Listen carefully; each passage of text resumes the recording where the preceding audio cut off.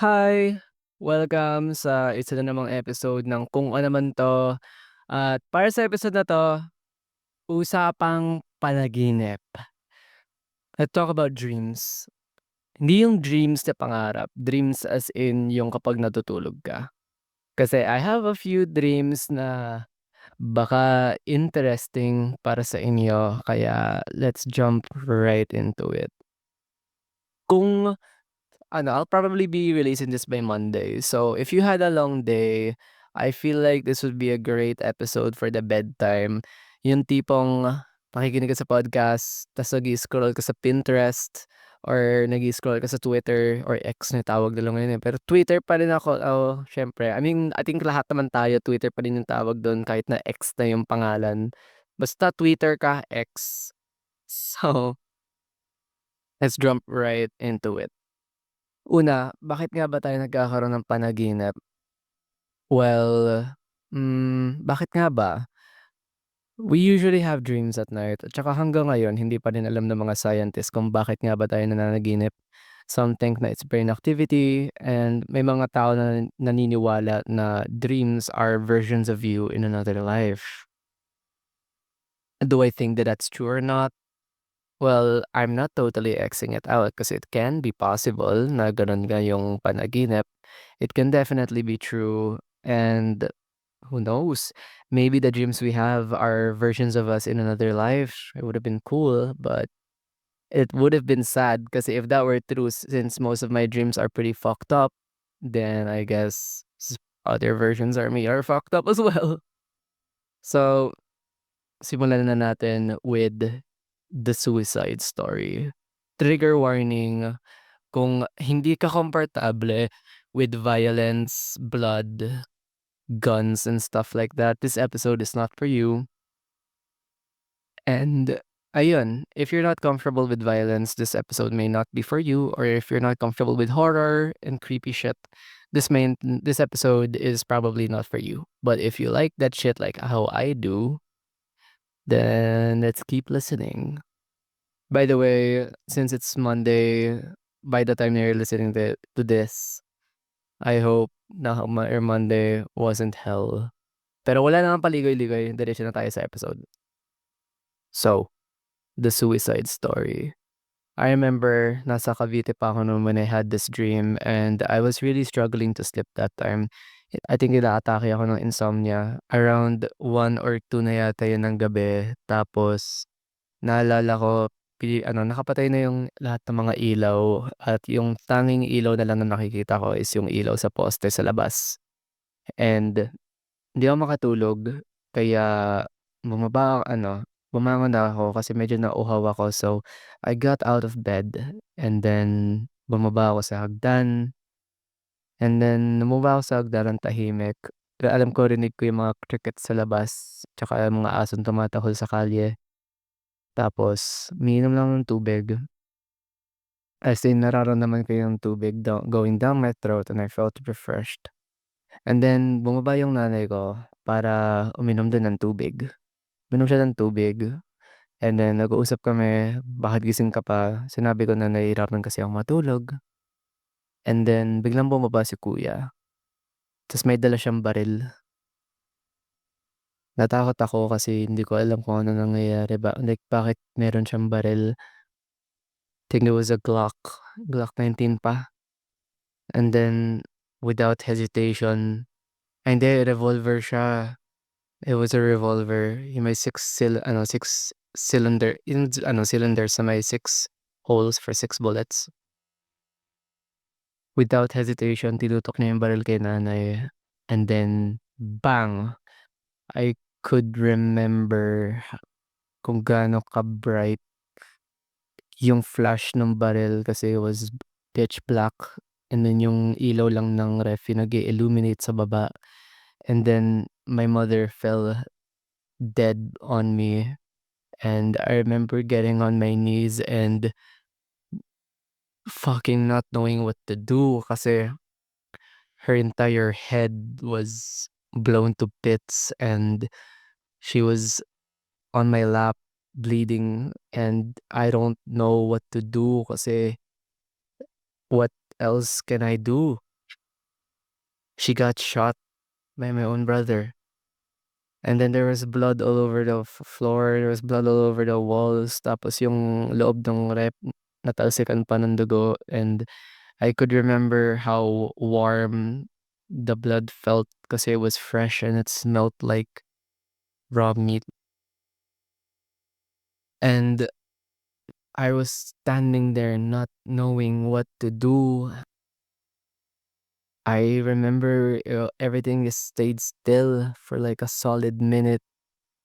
Tas bumaba si kuya ng tuluyan, pumunta sa harapan ko. Inikot niya yung roleta nung revolver. Tinutok niya sa ulo niya, tas binaril niya sarili niya sa harap ko. Nahulog silang dalawa sa flapag, bleeding out from the gunshot wound. And I was just there watching as they bled out on my lap. And then I woke up. I woke up at around 11 na ng hapon. Well, 11 a.m. And what the fuck? That was a dream? I honestly thought na it wasn't a dream kasi dire-diretso lang eh. That's how it felt like. I was putting you in my position. I didn't tell you na it was a dream para that way you can get my POV. Kasi it was so sudden. I didn't have that moment na parang, panaginip 'to. Hindi, I didn't have that. I didn't have that moment kasi I could feel everything felt so real, pati yung pag-inom ng tubig, yung warmth nung dead body, it felt real. So, I thought na it was what the fuck? It's kinda like ang dark at saka ang morbid na kinuwento ko 'to, pero kaya nga usapang panaginip, eh, usapang creepy na panaginip. So, if medyo nagulat ka dun sa story na yun, then there are more to come na gano'n. So, kung hindi ka komportable sa topic na ganito, skip this episode. Anyways, okay, for a second there, I thought that I wasn't recording. Ay, next story. Look, all of these stories is just gonna be me getting it's just gonna be violence. Ay, random ano 'to, random compilation. I thought let's do something a little less dark. Ay, I had this dream when I was, like, in grade school. Um, it felt like regular na dream lang. Lalabas ako ng bahay, like nakaligo at nakakain na ta's may service ako nun. Sa Malabon pa 'to, eh. And then I would go to school, and then after that, for some reason, bigla akong tumangkad at saka nagbinata. Like, I was a teenager na, and may nag-aya sa'kin na mag-mall. I still remember this dream. I don't know why I still remember it so clearly, pero ayun. There was this girl sa tapat ng school waiting for me. She had ripped skinny jeans, black boots, a leather jacket, tucked in white shirt, and she was pale, and she had rings, kind of like mine, and she had bleached hair na naka-toner para magmukhang lighter shade. Not totally white, pero like it's more of a kakulay ng walls ng room ko, yung ganito. And then, so we got on a tricycle and bumaba kami sa Robinsons. I I don't know if may Robinsons sa Malabon that time, pero yung vibes kasi nung mall, it was giving Robinsons, pero the entire mall was completely empty. It was just me and this random ass girl. I don't know who this girl is, but ayun. I remember we were walking around the mall, not really knowing where to go or what to do. We were just goofing around. We got some food, and nung tinikman ko yung food, that's when I knew na this was a dream kasi hindi ko malasahan yung food and wala siyang texture, wala siyang anything, kaya okay, this is the dream. And then after we finished eating, by the way, this entire time she didn't say a word. Like wala siyang sinasabi. We were like I was just going off of her body language lang. We got on the escalator and then we were going down. The mall was empty and the sound of the elevator was echoing throughout the mall. sound like random sounds of just echoing the entire mall. And I remember we were going down the escalator and then I looked down at her and then she looked up at me. And that's when I realized that this whole time she didn't have a face. Wala siyang mukha. She was this faceless person na hindi ko alam kung anong meron sa kanya. And I was just staring at her blank face, not really knowing what to do. And then she held my hand. And then I held her hand then. And then this was the only part of the dream where I actually felt something because her hands felt warm. They were soft. And we interlocked fingers and we held hands hanggang sa paglabas ng mall. And then when we got outside the mall, she waved a goodbye and I went home. Then I woke up.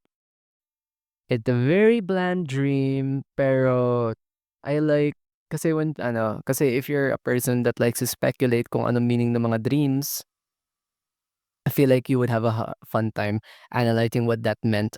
Okay, hold on. Let me research this. I-Google natin. What does it mean when you dream of faceless faceless people?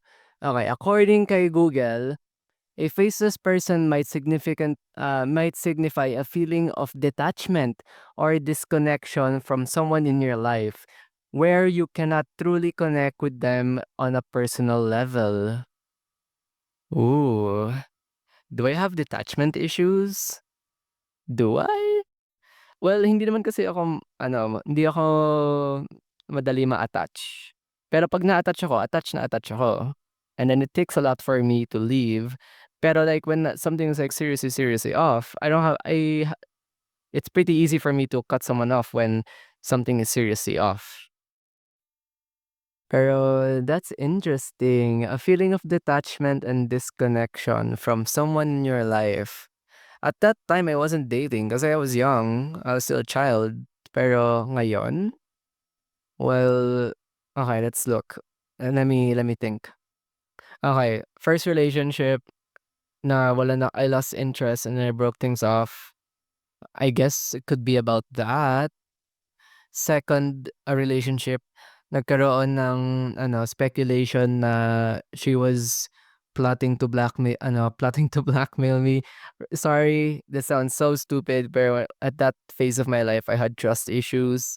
Kaya if nataranta ako and I ended up leaving the relationship kasi I felt like she was gonna fuck me over, pero in reality she wasn't. All of these stories I will definitely share another time. Pero for now, silip lang muna. Third relationship. Oh my God. Okay. No, can I speak? The third the third relationship that I had, it was pretty bad. It was pretty bad. It was pretty horrible. Um, she might disagree. She actually listens to this, so if you're hearing this, hey. Feeling of detachment. Sabagay, around the halfway point of the relationship, I did feel a bit detached kasi I wasn't totally comfortable opening up to her and being open. Could be about that. And sa fourth relationship, yeah, hindi naman niya ako sinagot and it's not technically a girlfriend-boyfriend setup, pero I'll count it because it's still a relationship, not a confirmed GFBF situation, but I'll still count it. Um, was it a detached relationship? It was definitely not a detached relationship. It was very well put together. I mentioned her dun sa Valentine's episode. So, feelings of this dream might have been about ano, my first relationship. Ayun. It might have been foreshadowing. Feeling of detachment. I didn't know that. Okay. Next story. This one's a bit creepy. Okay. I had this then when I was grade school. I was in grade school. Ayan. I'm not I was gonna say na I don't know bakit naalala ko pa, pero nung inisip ko, yeah, I can definitely get why naalala ko pa 'tong dream na 'to kasi how can I forget this dream? This dream was horrible. It made me scared of you'll get it when I say it. Okey. So, I woke up, it was one of those dreams na ano, na you don't know na it's a dream, pero you kinda do, kasi it feels like a dream, pero you're not totally convinced. I got up from my bed and ginising ko na si nanay na may ano, may pasok pa. Bata pa ako this time and, tulog si nanay, tulog silang lahat and hindi sila nagising, so bumaba ako para uminom ng tubig at saka mag-rinse ng face. And bumaba ako, tahimik and madilim pa, like madaling araw pa, all the lights were closed and it was cold. I went to the sink. Bahay pa namin dito sa Malabon pala. Yung bahay namin nun medyo maliit. It was this ano, two-story house na it's not really a house, more of it's more of an apartment that was really, really cramped, like pahaba siya. And I was washing my hands sa sink and I could feel the cold water brushing against my hands and the sound of the water hitting the bottom of the sink. I was washing my hands and then I was washing my face. Then I was drying my hands off sa basahan and then sa may bottom ano part nung sink, yung sa may cupboard, may narinig akong gumagalaw. May narinig akong parang may kumakalmot dun sa may pinto ng drawer. Hindi ko alam kung ano yun kaya natakot ako kasi ako pa lang yung gising sa bahay, wala naman kaming aso or alaga na nasa baba, nasa terrace lang. And then talagang may nag-i-scratch tsaka may naririnig akong mga thud dun sa ilalim nung sink. I don't know what the fuck's going on. And then suddenly, biglang dahan-dahang bumukas yung cupboard nung ilalim nung sink. Ang una kong nakita may balahibo. Balahibong kulay brown na parang balahibo ng deer. And nag-i-scratch yung ano horns niya against dun sa ano, sa ilalim nung sink. Tapos he was struggling kasi siksik na siksik na siksik siya dun sa ilalim nung sink. He was compressed and it was mangled, it was contorted into parang ano, alam mo yung kapag meron kang bagong laban na damit ta's isasaksak mo lang sa cabinet, gano'n yung itsura niya. Nakasiksik lang siya dun sa ilalim nung ano, sink. Kusa nang bumukas yung dalawang pinto ng cupboard ta's nakita ko na yung ulo ng deer. Itim yung mata niya tapos mahaba yung horns niya.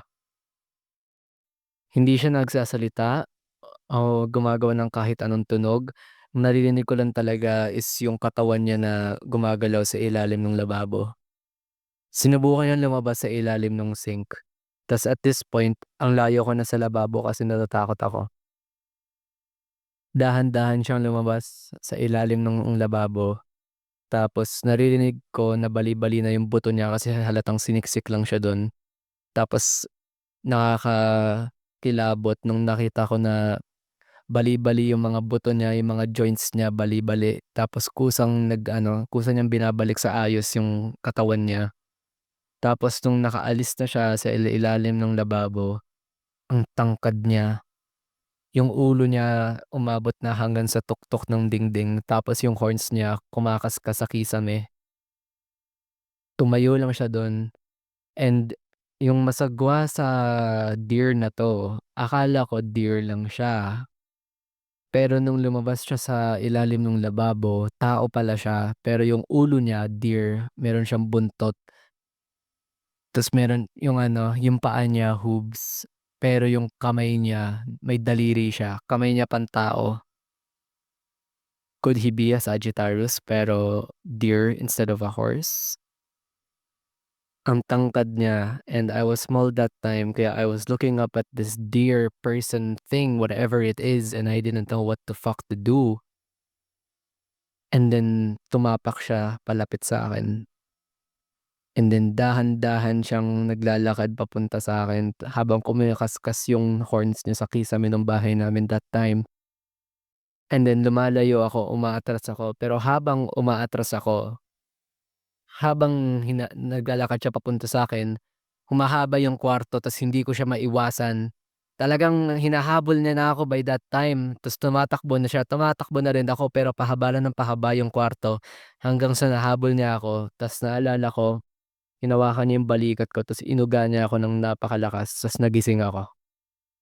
Ang third story para sa episode na 'to, this is the last story that I'm gonna share, and this is the most creepiest dream that I've ever had, and nung kinuwento ko 'to dun sa prof ko, well, sa teacher ko nung senior high, nag-freak out siya kasi ano kaya ibig sabihin na 'to? Kasi it's somewhat related to demonyo.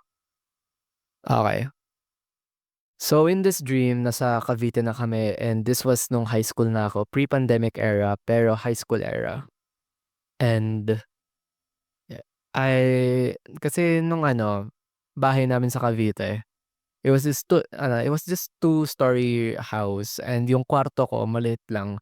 Ta's meron siyang dalawang bintana. Yung bintana nakatutok dun sa bahay sa likod and yung isang bintana nakatutok dun sa bahay sa kaliwa.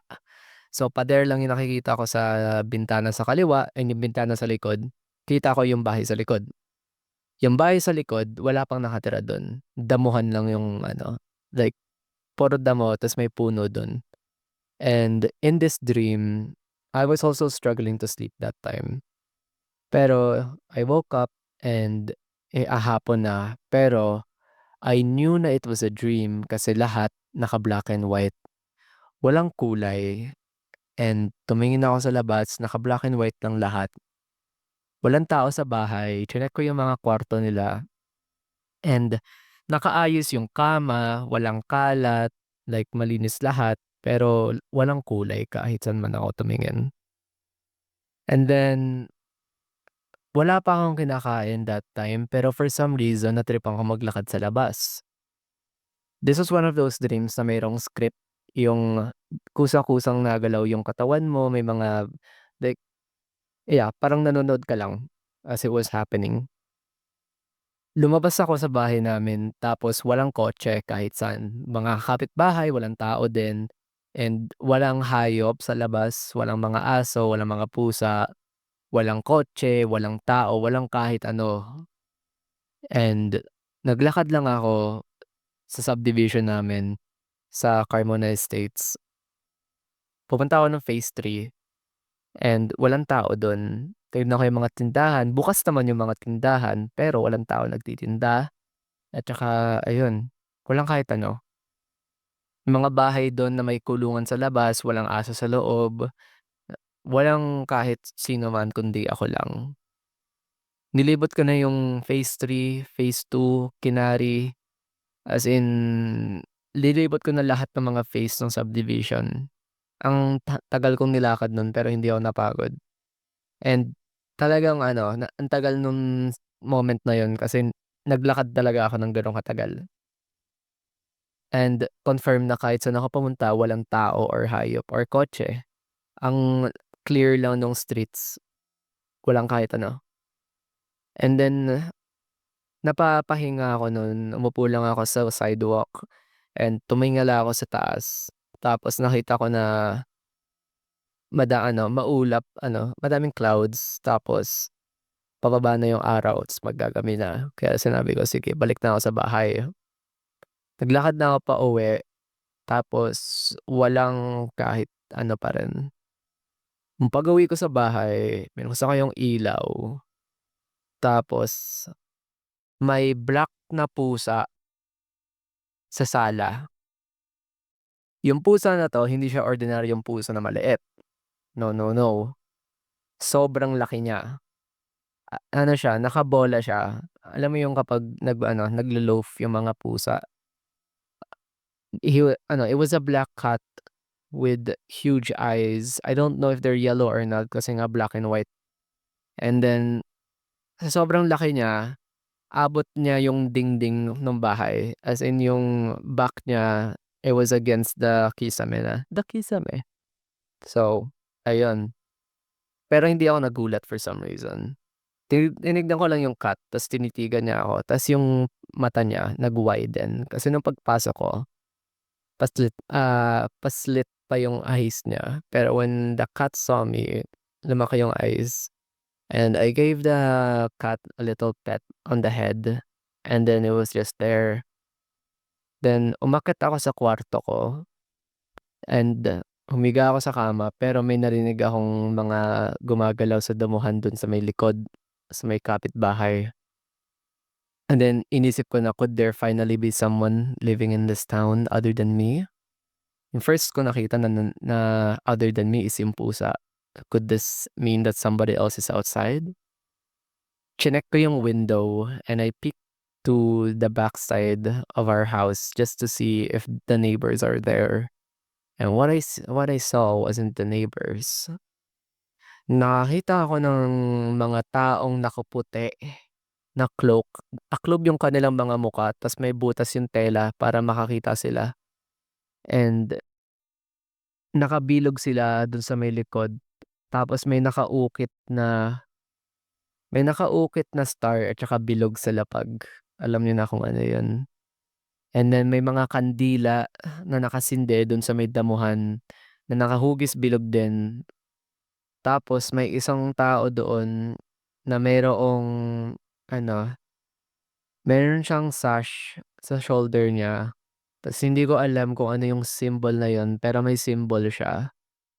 Walang kulay walang kulay yung scarf niya, walang kulay lahat. Nagulat ako kasi bakit may kulto dito. Ngayon ko lang yun nakita. Hindi siya kagaya ng hoods ng KKK na patalim yung tuktok ng cloak nila. Para silang mga ghost. Naghahawak-hawak kamay sila na nakabilog. Tapos may isang taong pumasok sa bilog na naka-cloak din, siya yung may scarf. And then meron siyang hawak na kambing, buhay pa yung kambing, hatak-hatak niya sa may horns. And then inangat niya yung ulo ng kambing, ta's meron siyang sinigaw na mga words na hindi ko naintindihan. I think naka-Latin siya kasi yung pronunciation familiar. Nagsalita siya ng salitang Latin and then after nun, meron siyang hawak na kutsilyo. Yung kutsilyo na yun, it was heavily decorated and maraming emblem. And then pinugutan niya ng ulo yung kambing. Sumirit yung dugo ng kambing dun sa mga taong nakabilog. Nakaputi sila, kaya kitang-kita ko na may dugo at namangha ako kasi sa buong panaginip nito lahat ng mga bagay walang kulay. Ngayon lang ulit ako nakakita ng kulay at yun yung dugo ng kambing. Black and white lahat at ang bukod tanging may kulay lang ay yung dugo ng kambing na nakakalat na sa damuhan at saka sa mga suot ng mga taong nakaputi. Inangat niya yung ulo ng kambing ta's pinupuri nila yung kambing. Tapos yung dugo, hindi na nila pinunasan. Talagang nagkalat lahat ng mga taong nakaputi na sirita ng dugo. Lalong-lalo na yung taong pumugot ng ulo ng kambing. Inangat nila yung ulo ng kambing ta's pinuri nila yun. And then dahan-dahang lumalakas yung apoy nung kandila. Tapos wala na akong inisip nun, humiga na lang ako sa kama ko. Bumaba na yung araw, ta's gabi na nun by the time na pinupuri nila yung ulo ng kambing. Umakyat yung pusang malaki. Habang nakahiga ako sa kama, tumalon yung pusang malaki dun sa tiyan ko, ta's pinatungan lang ako. Hinigaan ako ng pusang itim, ta's natulog din siya, ta's natulog ako.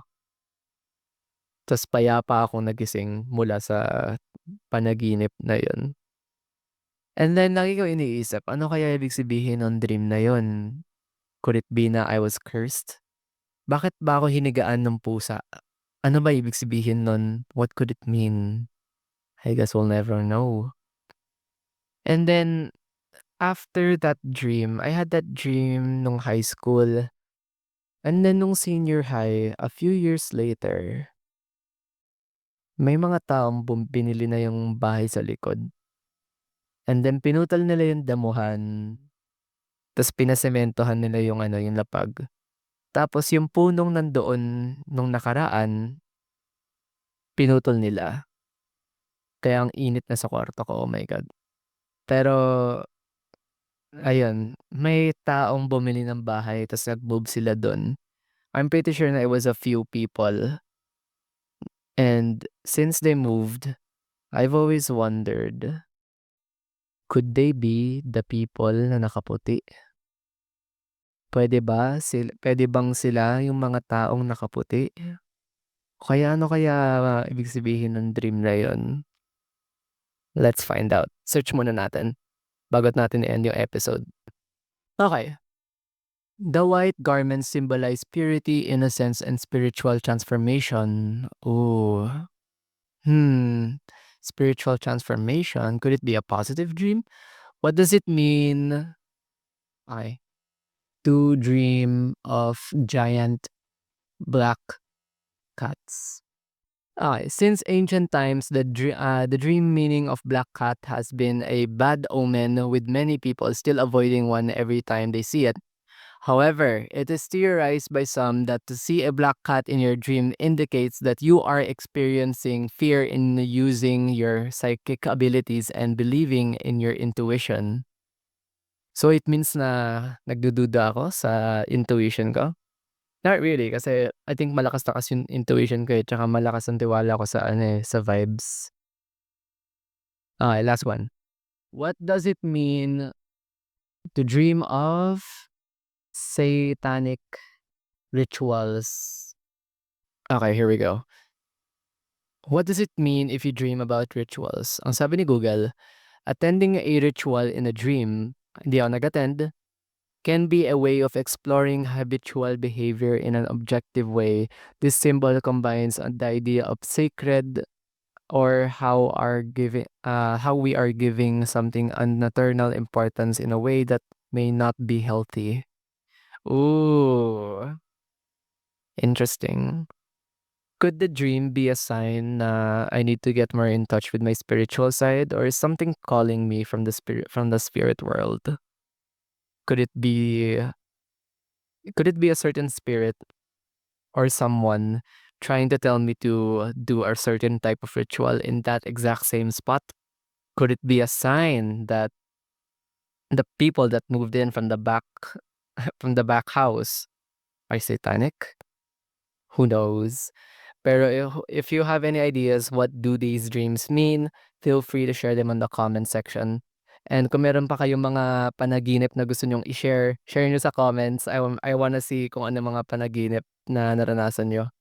And hanggang doon na lang muna yung episode na 'to. Kung na-enjoy na 'to, give this episode or show a follow, a rating, and follow kung ano man 'to on Spotify and on YouTube, para that way follows, click the bell icon para that way alam mo kapag meron akong uploads every Monday, Wednesday, and Saturday. And kung meron ka pang mga episode ideas, suggestions, stories, email me at kung ano man to podcast@gmail.com. And until next time, mga listeners, goodbye.